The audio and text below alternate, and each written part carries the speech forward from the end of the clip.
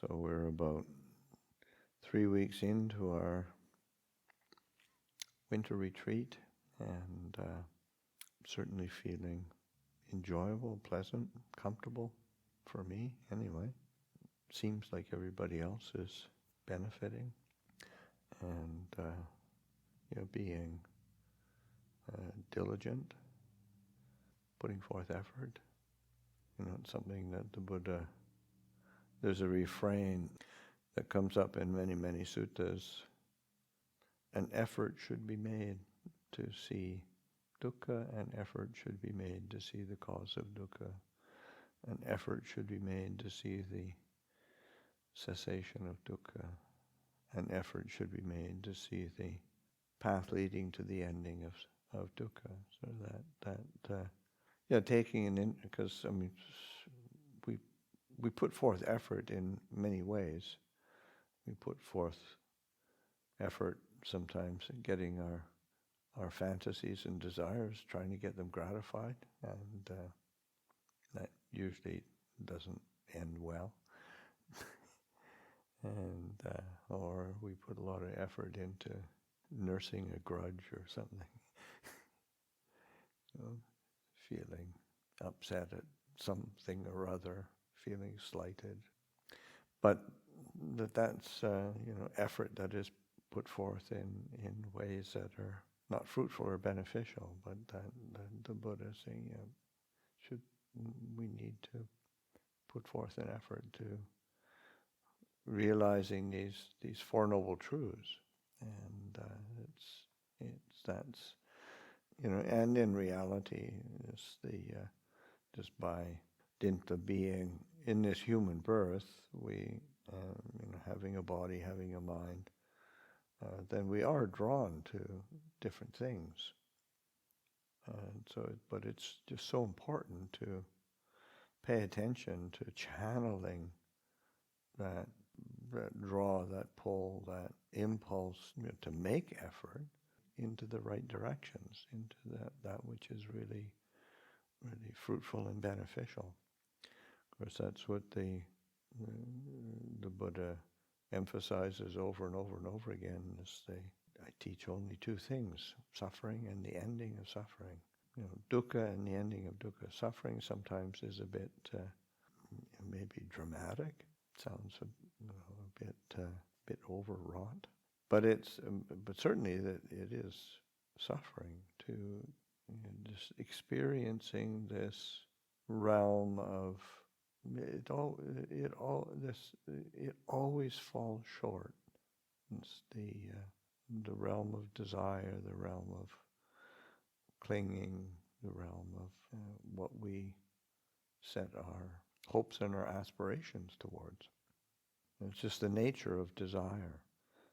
It's never quite fulfilled, even when we put our effort into our meditation practice and our keeping our precepts, and if we follow desire, we don't really ever get perfect sila or perfect samadhi. It's never quite enough, which is just the way that desire works. It's not that we shouldn't be doing it. As the Buddha said, an effort should be made to realize, to see clearly the nature of dukkha and the nature of its origin, the nature of its cessation, the nature of the way to its cessation. So just paying attention to where our effort is directed, and to be looking in the realm of the ordinary rather than looking in the realm of the extraordinary. Because when the Buddha defines dukkha, he defines it in the realm of the ordinary. Birth is dukkha, aging is dukkha, death is dukkha, sorrow, lamentation, pain, grief, and despair are dukkha. It's the realm of birth and death on a cosmological realm, on the psychological, emotional realm. This is where our dukkha lies. And it's, on a certain level, it's just really ordinary. But yes, through through not understanding these Four Noble Truths that we have wandered from birth to birth, life to life, in this endless round of samsara. And samsara is, generally looked on, defined as the realm of birth and death. But literally it means wandering on. And so it's that wandering on of our mind, of our impulses, of our focus. And, it doesn't take very long to try to sit and make the mind peaceful, where you realize, why isn't this mind content to just be peaceful? It's got to look for something else. It's wandering on from realm to realm. And again, it can be on the cosmological level or on the minute psychological, emotional level, but it wanders on. And that, just investigating that, paying attention to it, seeing the limitation and the fraught nature of that. This is the investigation of dukkha. And this is where these Four Noble Truths, the Buddha teaches them there's the Four Noble Truths. There was a question from the readings, and four truths in their 12 aspects. And it's a really good question, because the Buddha didn't just sort of teach the Four Noble Truths. He did, but he also elucidated them and expanded on them in the sense of there is the actual truth themselves, but then it's also what we say the duty or the task at hand. How do we respond? What's our response to these Four Noble Truths? And so that the noble truth of dukkha is to be fully understood.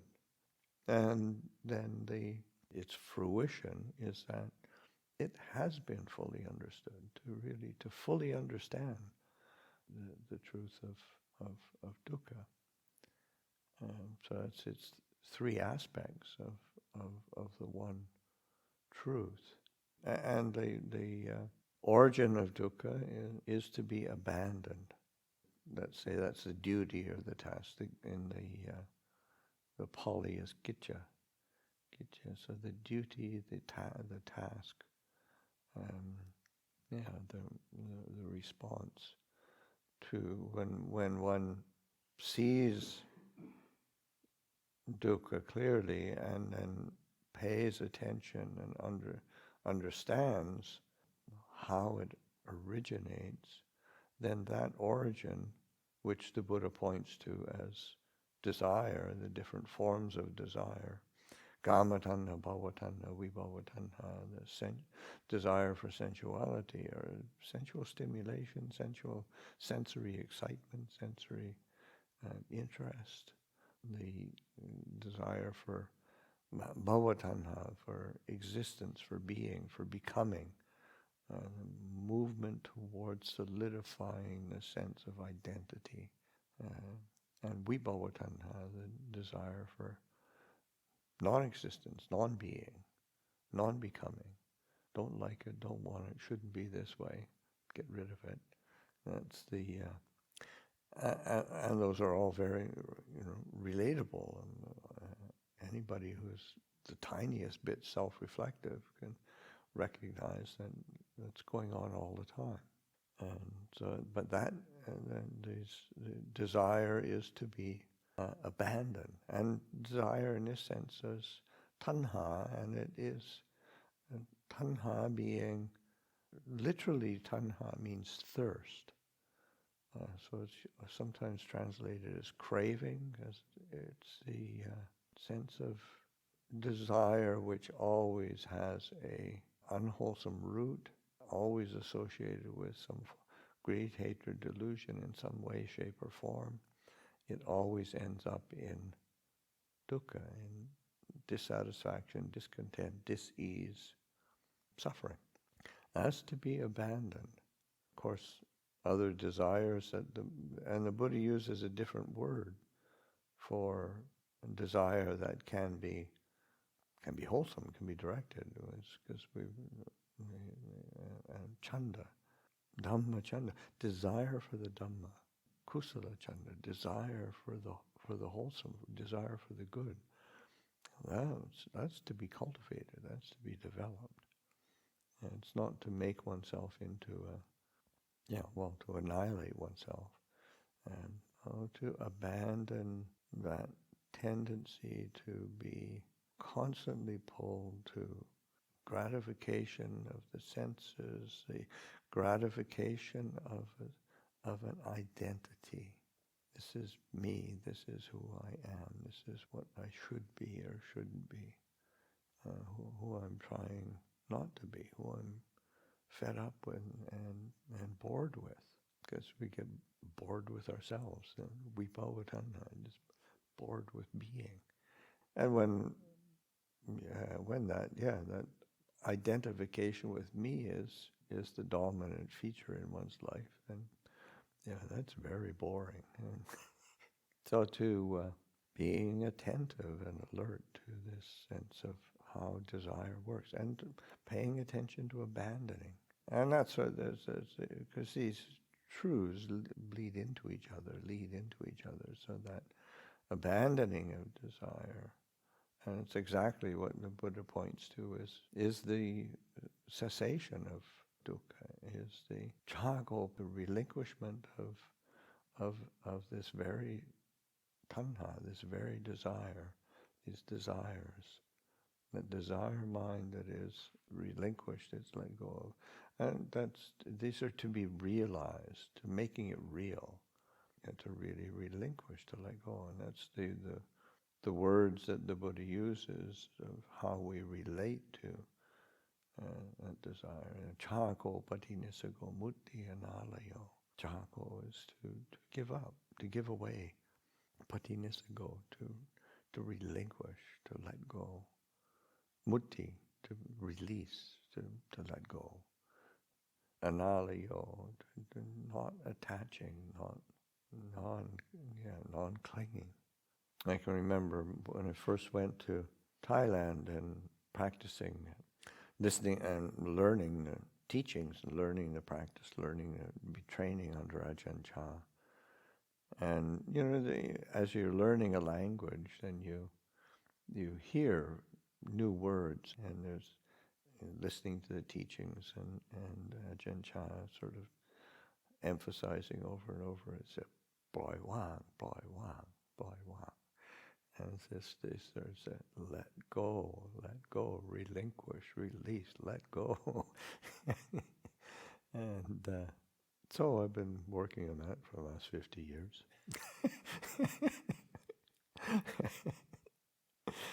That you realize that cessation of dukkha is such a simple act, because it's just like just letting go. And the impulse is to hang on. No, let go. But I want to hang on. And so it's just, but doing that physically we can feel that, but emotionally, to really investigate that. How do I let go? How do I relinquish? How do I release?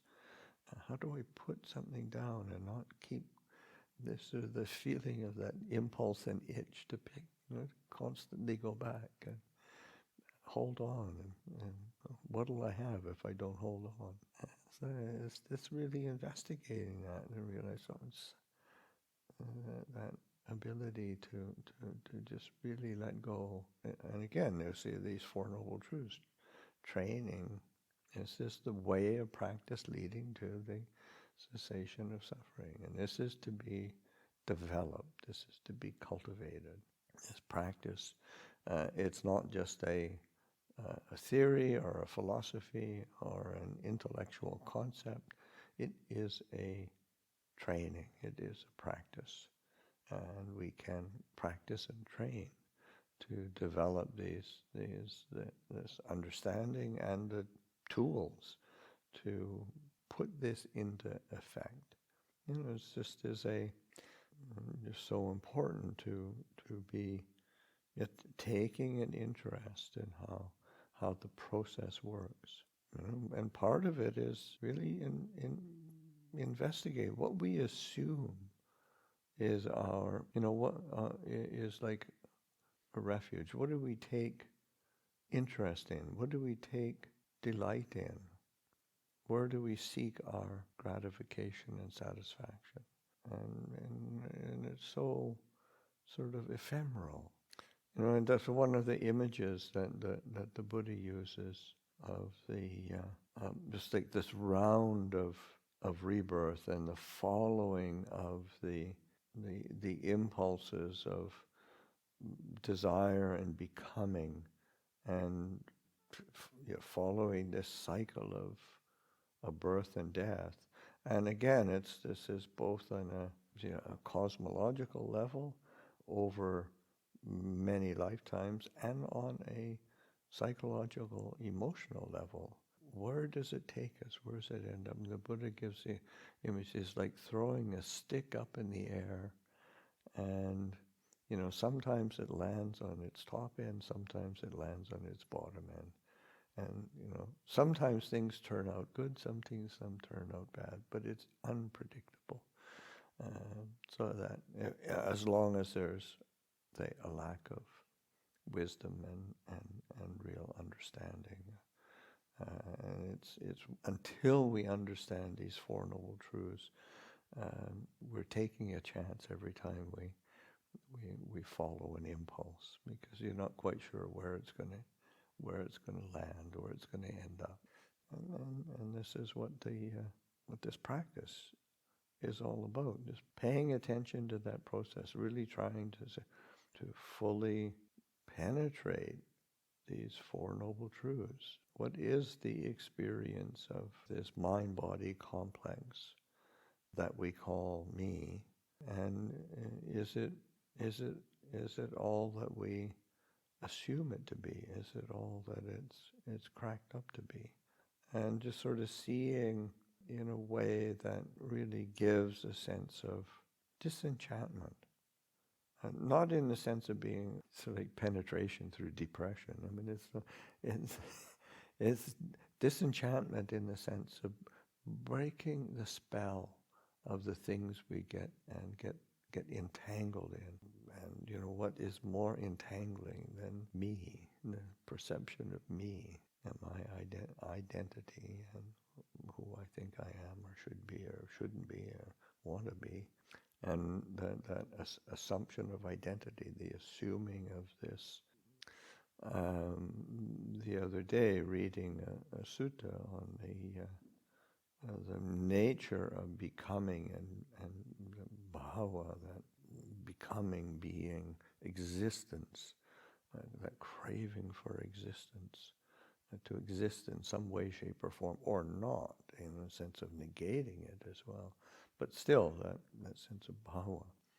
And the mind landing on things, and that's like the consciousness, conscious energy, conscious directing of attention, as that there's four stations of consciousness, and that where the mind lands, when the consciousness lands, form, feeling, perception, mental formations. We're entangled in this round, and it's just when consciousness lands on any one thing or of the form, physical form of the physical body, form external, feelings internal, external, perceptions, memories, assumptions, thoughts, emotions. What it lands on is impermanent, it is unsatisfactory, it is not self. And there isn't any other place to land. That learning how to see that more and more clearly, it's in the seeing, in the understanding, in the penetration, that the quality of release and because that's also just that sense of And when the Buddha is saying that mutti is release, but also like one of the descriptions of the fruits of the path is also vimutti, as the same root, and it's freedom of release. That it's that seeing clearly that allows the mind to experience freedom of release, and doesn't need to be taking that on faith or on tradition, or it can be verified for oneself. One experiences for oneself. One sees, understands, so that it's this quality of knowing, quality of seeing, quality of conscious awareness that is possible, that isn't entangled. It isn't bound up with delusion and ignorance. It's based in clear seeing, clear understanding. So the Buddha is always sort of saying this is a gradual path that we develop from this Eightfold Path, from right view, right understanding, right thought, right speech, right action, right life, right effort, right mindfulness, right concentration, samma samadhi. This whole path is developed, but it leads and inclines itself towards the ending of suffering. And so that being willing to cultivate this whole path, it is just this cultivation of the body, speech, and mind. It's not out there, it's in here. And just the interest and attention and willingness to keep being patient enough to see clearly, because that's similar again. One of the ways of teaching of Ajahn Chah, or what Ajahn Chah taught so much, was truly understand. You have to learn how to be patient. Be patient in the sense of an enduring mind, enduring heart, enduring awareness that is willing to be present with what it's experiencing, not sort of flitting off to the next thing. So that's hopefully what we've been doing for the past 3 weeks, and what we can be doing for the next couple months. So I'll offer that for reflection this evening.